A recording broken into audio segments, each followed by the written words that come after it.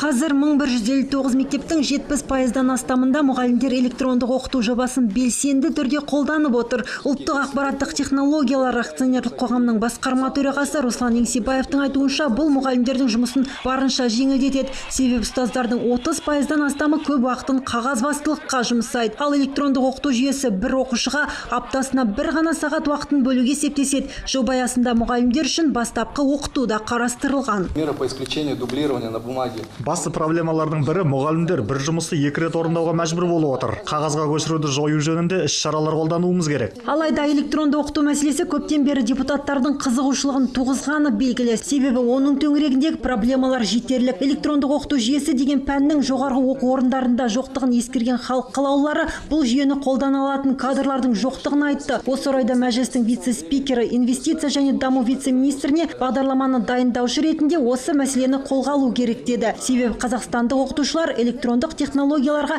әлі дайын емес. Оған бірнеше себеп бар.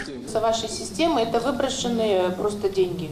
Бұл жүйелеріңізді қолдана алатын кадрлар дайындалмай тұрғанда ақша желге ұшты деп айтуға болады. Сіздер өз жүйелеріңізді жасап, білім беру жүйесіне енгізуге тырысып жатырсыздар. Алайда білім беру жүйесі оған дайын емес, себебі олар институттарда бұл пәнді енгізуді ұсынып, мұғалімдерді дайындайтын жоғарғы оқу орындарымен келіссөздерге келген жоқ. Бір жағынан мұғалімдерді электрондық жүйені қолдануға міндеттейсіздер дей тұрғанмен, олар қағаздан бас тарта алмайды. Себебі министрлік рұқсат берген жоқ. Өздері де психологиялық тұрғыдан дайын емес.